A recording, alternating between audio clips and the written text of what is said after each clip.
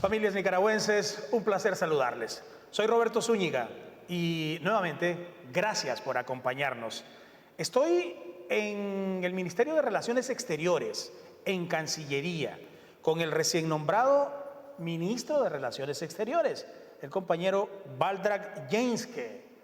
Gracias por recibirnos en su oficina, Gracias, Valdrag. Roberto, gracias. Muchas gracias. Bueno, su nombramiento histórico, y digo histórico porque es el primer afrodescendiente que ocupa este cargo, Ministro de Relaciones Exteriores. ¿Cómo interpreta desde ese punto de vista este nombramiento de parte del presidente Daniel? Pues el comandante Daniel, compañera Rosario, creo que son continuadores de una historia que está en el programa histórico sobre la inclusión de los pueblos de la costa caribe. Y es el Frente Sandinista el único que ha podido entender e interpretar la importancia de la inclusión de los pueblos originarios y afrodescendientes en la construcción de la nación, en el fortalecimiento de la identidad nacional y en la unidad nacional. Y yo creo que yo me siento orgulloso porque me decís el primer afrodescendiente. Eso solo es posible con el Frente Sandinista. Es un reconocimiento también a la historia de lucha, es un reconocimiento a este proceso que hemos venido construyendo en Nicaragua de unidad nacional. Entonces, el primer afrodescendiente que ocupa una posición en el Ministerio de Relaciones Exteriores también está acompañado por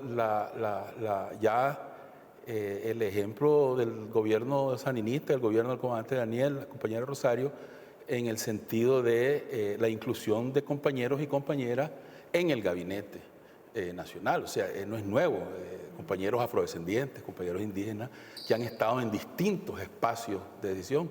Nosotros mismos pues también hemos estado en el Ministerio de Relaciones Exteriores desde que llegamos nuevamente el pueblo presidente al gobierno. Entonces, es un orgullo personal, es un compromiso personal, es un reconocimiento a que este pueblo es afrodescendiente, este pueblo es originario, este pueblo es multiétnico, es multicultural, es multilingüe. Pero eso lo decimos así rápido, pero es un pueblo en unidad. O sea, la unidad nacional se construye con el reconocimiento de los pueblos. Entonces, yo lo veo desde esa perspectiva. O sea, pienso en mis ancestros, mis ancestras, mis abuelas, mis abuelos, y pienso en los que cruzaron el Atlántico en las naves, en el fondo de las naves, arrastrados por ese esclavismo, sufriendo de una manera horrible.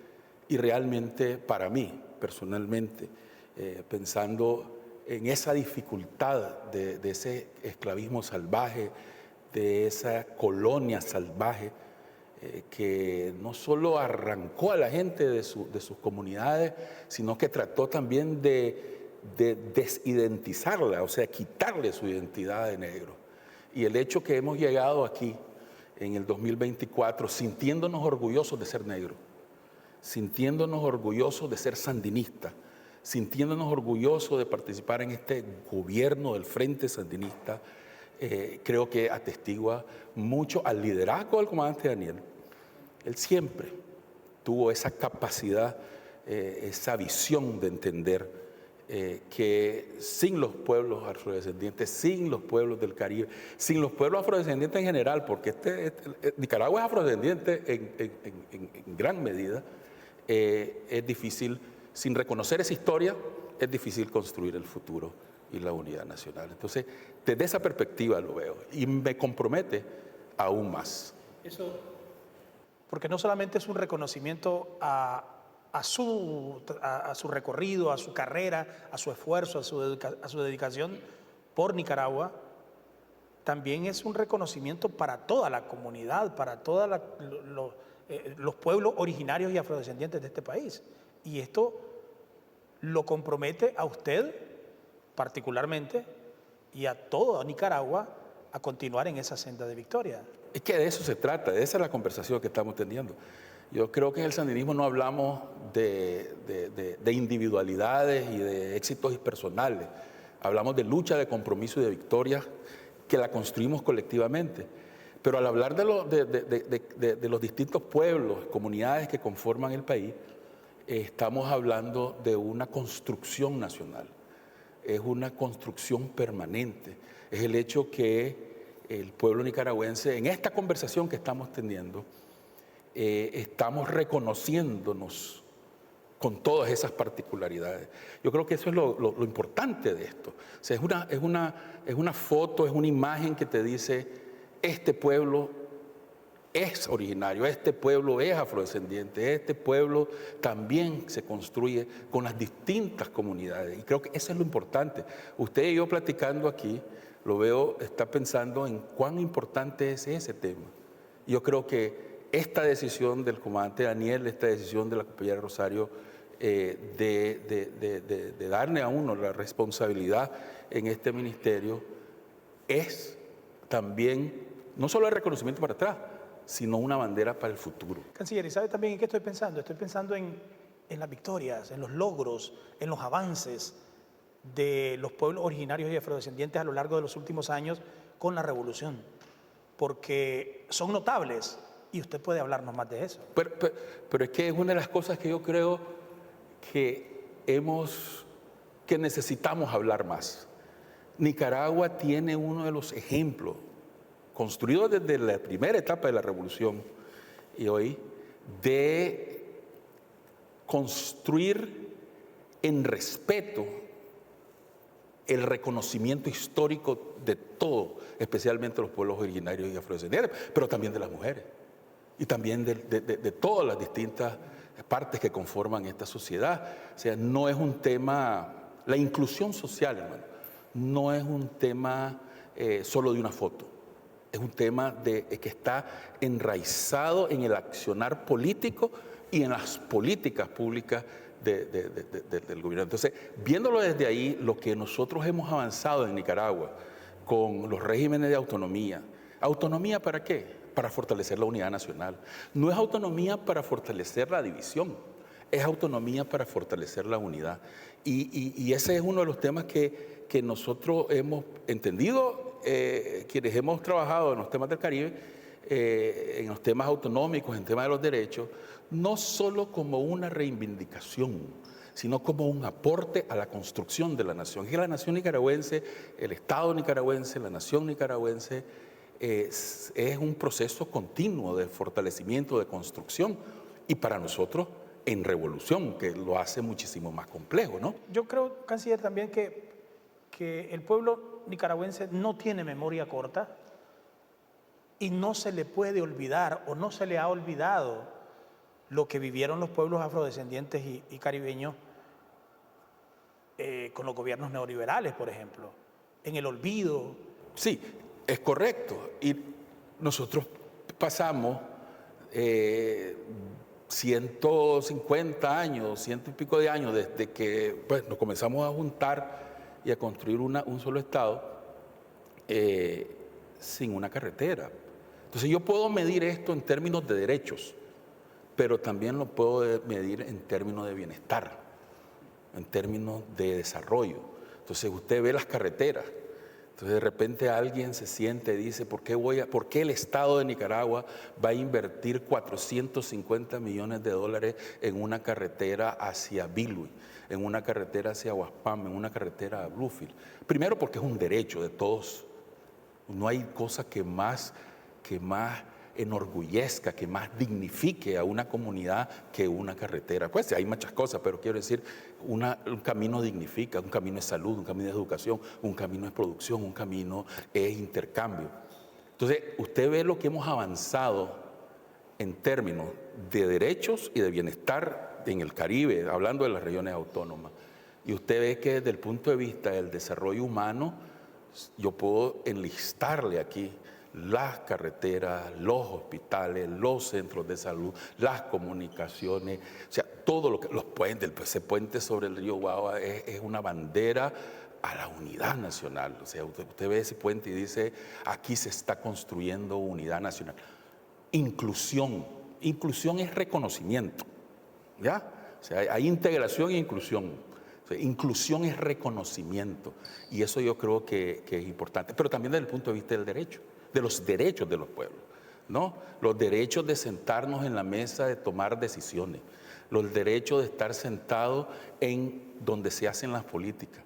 El derecho de que mi idioma, de que mi cultura, de que mi cosmovisión y el reconocimiento de la influencia de mis ancestros en mi manera de ver las cosas, ese reconocimiento que usted hace de mi derecho, eso es también uno de los grandes avances. Entonces es un tema de derechos y es un tema de bienestar. Y en eso la revolución ha logrado una síntesis, voy a decirlo en términos políticos, perfecta, pues. Y ya que nos ha hablado usted, en varias ocasiones nos ha mencionado la palabra unidad. Y hablar de unidad entre los nicaragüenses también debe trascender nuestras fronteras. Nicaragua trabaja por la unidad centroamericana. ¿Por qué es tan importante lograrla? Es que primero creo yo que yo regreso al programa histórico. Para mí es un referente muy importante en términos de mi visión política. El programa histórico habla de la unidad centroamericana como uno de los planteamientos del Frente Sandinista. Estoy hablando, ese documento es de 1969, creo, y es un documento con una visión. O sea, primero, los temas que tiene incluido el programa histórico del Frente Sandinista, el tema de la unidad centroamericana. La Constitución política nuestra habla de que Nicaragua es parte y promueve esa unidad nacional. Pero es que son tantas las cosas que compartimos que uno no las puede dividir. Y ahí viene la importancia de la unidad centroamericana, que además es uno de los temas centrales, importantes de la política exterior del gobierno sandinista, del gobierno del comandante Daniel, la compañera Rosario. Es que debemos fortalecer esa unidad centroamericana a los efectos de vernos como un solo pueblo que enfrenta las dificultades. Usted no puede dividir los temas de los riesgos de desastre, el tema del enfrentamiento al medio ambiente, los temas de seguridad, los temas de lucha contra la pobreza. No los puede dividir, son los mismos. O sea, el Caribe centroamericano, desde Belice hasta Panamá, es una de las regiones más vulnerables del planeta. Hay algunos lugares que están casi por debajo del nivel del mar. Suena loco, pero es que los bancos de arena y las cosas, ¿no? O sea, hay lugares que se inundan fácilmente. Entonces, todo el mundo habla en términos del peligro en términos del calentamiento global de las islas del Pacífico, que van a desaparecer. Junto con ellas va el Caribe centroamericano. O es posible si no hacemos lo que tenemos que hacer. Y nosotros somos caribeños y las islas del Caribe. O sea, y además, ¿por qué somos Caribe? Somos Caribe porque pertenecemos a un espacio, quiero regresar un poquito, a un espacio cultural. Entonces, la unidad centroamericana es nuestro primer, digamos, círculo de defensa, pero defensa de la vida, defensa en la lucha contra la pobreza, de defensa frente a los embates del cambio climático. Entonces, por eso es que esa unidad es importante. Pero además prácticamente nacimos en Centroamérica, en la Federación Centroamericana. O sea, en 21 es la firma del Acta de Independencia, en 24 ya éramos la Federación. Y que vivió 15 años, hasta 1939. Ahí está, digamos, un poco también la raíz histórica. Ahora, el imperio, las ganas de cogerse las cosas nuestras, por decirlo de alguna manera, ¿no? La codicia, la avaricia del imperio por esta región, el cruce entre el Pacífico es parte no solo de la historia nuestra, no solo nosotros prácticamente nacimos enfrentando al imperio, como nación, no como Estado, prácticamente nacimos enfrentando al imperio. Y esa historia del centroamericanismo. Esos 15 años son importantes también tenerlos en nuestra cosmovisión. Y luego cuando nos unimos para expulsar a los yanquis o al yanqui invasor, nacimos casi que en unidad. Pero usted sabe que nosotros, la organización,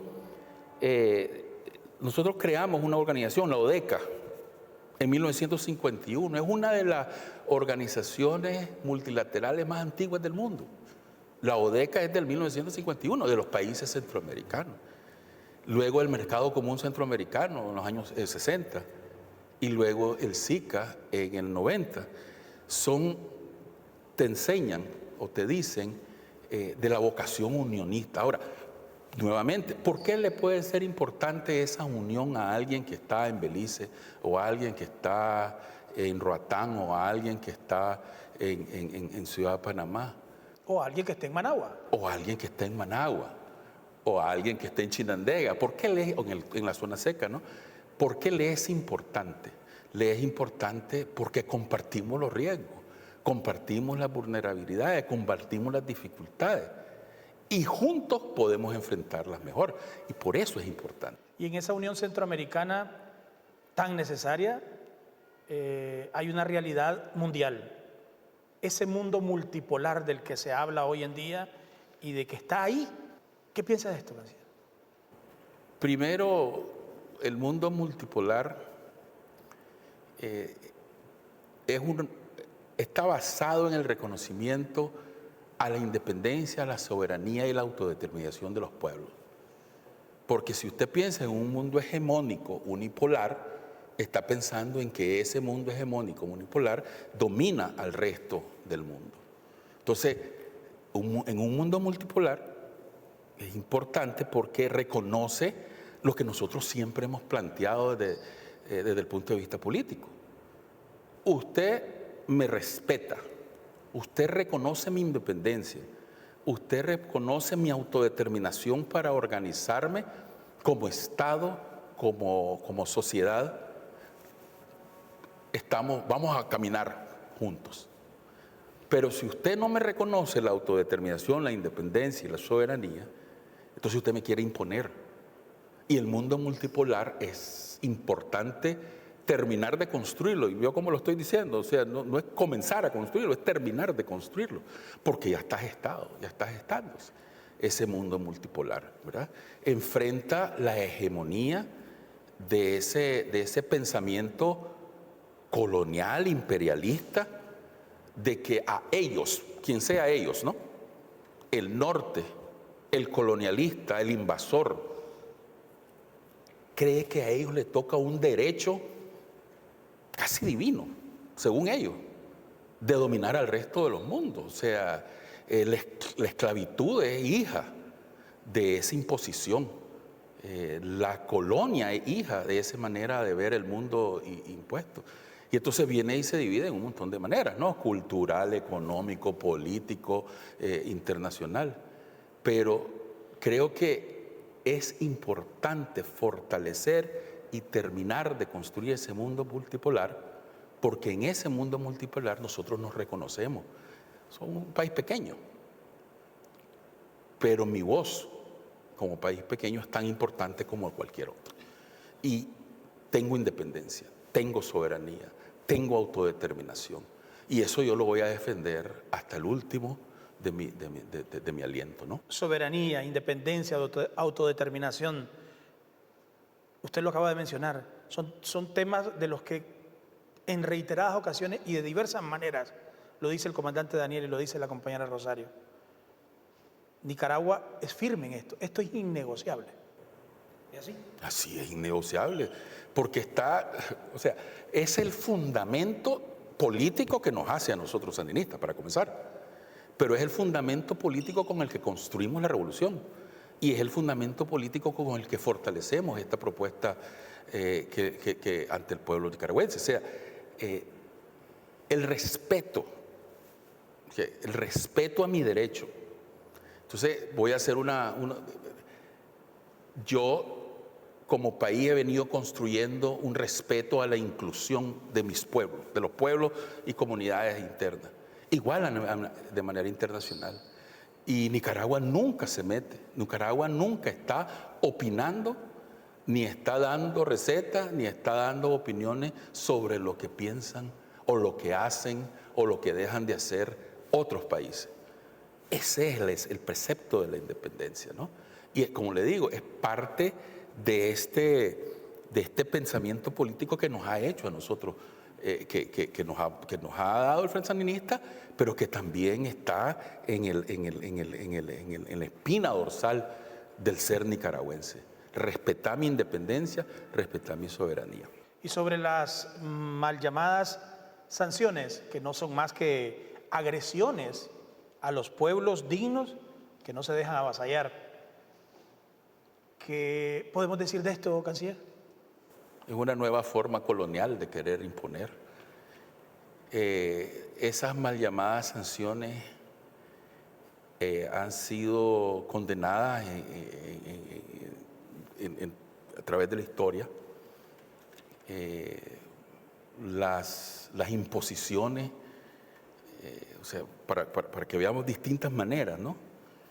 Haití terminó de pagar a Francia casi en los años 70 la reparación a los colonialistas. Haití lo podemos entender. Hay un empréstito, hay un préstamo inglés, creo que le dice, que se hizo en la etapa de la Federación. Se terminó de pagar en los años 70 en Centroamérica. Esa es una manera económica de imponer voluntad, es una manera de reeditar el colonialismo. Y es una manera de reeditarla en la forma de un imperialismo que cree que sus reglas son las que valen en el mundo, ¿verdad? Hay un total irrespeto al derecho internacional. El derecho internacional está basado en la igualdad. El derecho internacional está basado en la justicia. Estamos hablando lo que dice el precepto del derecho internacional. Pero no, el imperio, Estados Unidos, los europeos, creen que ese derecho es de ellos y entonces ellos pueden imponer cualquier medida unilateral. Cuando hablamos de medida unilateral, a veces lo refieren medidas unilaterales, es una medida que la deciden ellos por sí y ante sí, sin respeto al derecho internacional. Pero es que también lo hacen extraterritorial, porque entonces una medida de un país afecta a ciudadanos de otro país que viven en otro sistema judicial, entonces, jurídico. Entonces, este tema de las sanciones no es más que una reedición del colonialismo en su forma más agresiva, el imperialismo, para dominar, pero también para tratar de controlar todas las manifestaciones de independencia y de autodeterminación. O sea, las medidas, el bloqueo a Cuba, pues es una de las medidas que 60 años lleva eso, más de 60 años lleva eso, y eso tiene que ver con medicinas, tiene que ver con alimentación, tiene que ver con oportunidades de desarrollo, tiene que ver con poder establecer arreglos económicos. ¿Por qué? Porque un hegemón, un imperialista dice, no podés ir a hacer negocios o no podés venderle a Cuba.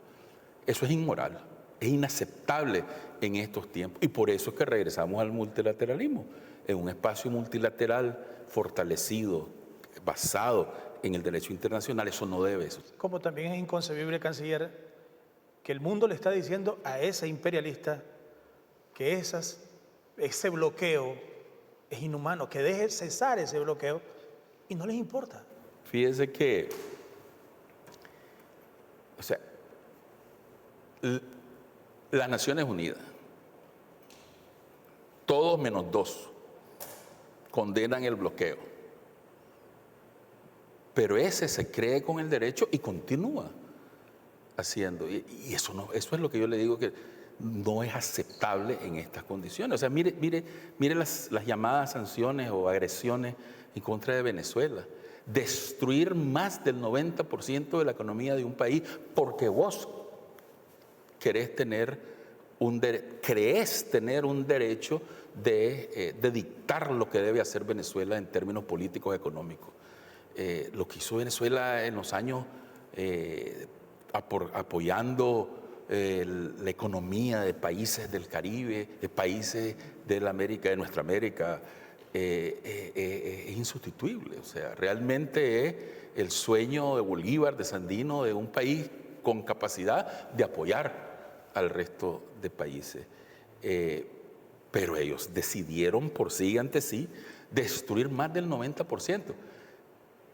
Y gracias a Dios y gracias a la capacidad de liderazgo de los compañeros venezolanos, ellos han venido reconstruyendo y son un ejemplo vivo de que en solidaridad, en desarrollo propio, en independencia, las propuestas nuestras son las que mejoran las condiciones de vida. Nuestra política internacional está bien clara, está bien definida y voy a retomar lo que usted nos decía. Está basada en aquellos principios, en ese documento del que habla usted desde el principio de esta conversación. Pues sí, o sea, para mí es muy importante siempre tener ese fundamento en la historia en general, pero en la historia del Frente Sandinista es muy importante ese documento del programa histórico. Pero el liderazgo del comandante Daniel en la primera etapa de la revolución del gobierno del Frente Sandinista, ahí nosotros, con el padre Miguel de Escoto, Brockman a la cabeza de la política exterior nicaragüense, conducido por el comandante Daniel, en esa época enseñó que un país como el nuestro es capaz de enfrentar a cualquier imperio en Nicaragua, en la guerra de agresión y en el mundo internacional. O sea, esa condena de la Corte Internacional de Justicia a la agresión de los Estados Unidos en contra de Nicaragua es histórica, pero para nosotros histórica, pero para el mundo también, porque demuestra que un país pequeño como el nuestro puede enfrentar también en ese espacio internacional. Entonces, la política internacional nuestra, basada en esa historia de lucha, en esa manera de vernos soberanos, de vernos independientes, con capacidad de decidir de manera autónoma, realmente, aquí viene la palabra nuevamente, autónoma, ¿no? La autodeterminación es mi capacidad de decidir sobre lo mismo. Si me respetas eso, tenemos maneras de platicar. En eso está basado en encontrar, en abrirnos al mundo, pero sobre la base del respeto. O sea, si no hay respeto, no tenemos posibilidad de entendernos. Muchas gracias, canciller. A usted. Y suerte. Gracias. Gracias al canciller Walter Jaenske, que nos ha atendido hoy aquí en su oficina. A ustedes, gracias también por la atención prestada. Nos vemos en la próxima. Canal 4 es el medio de comunicación líder en información de interés para los nicaragüenses. Suscríbete a nuestro canal y compartí nuestro contenido con tus amigos.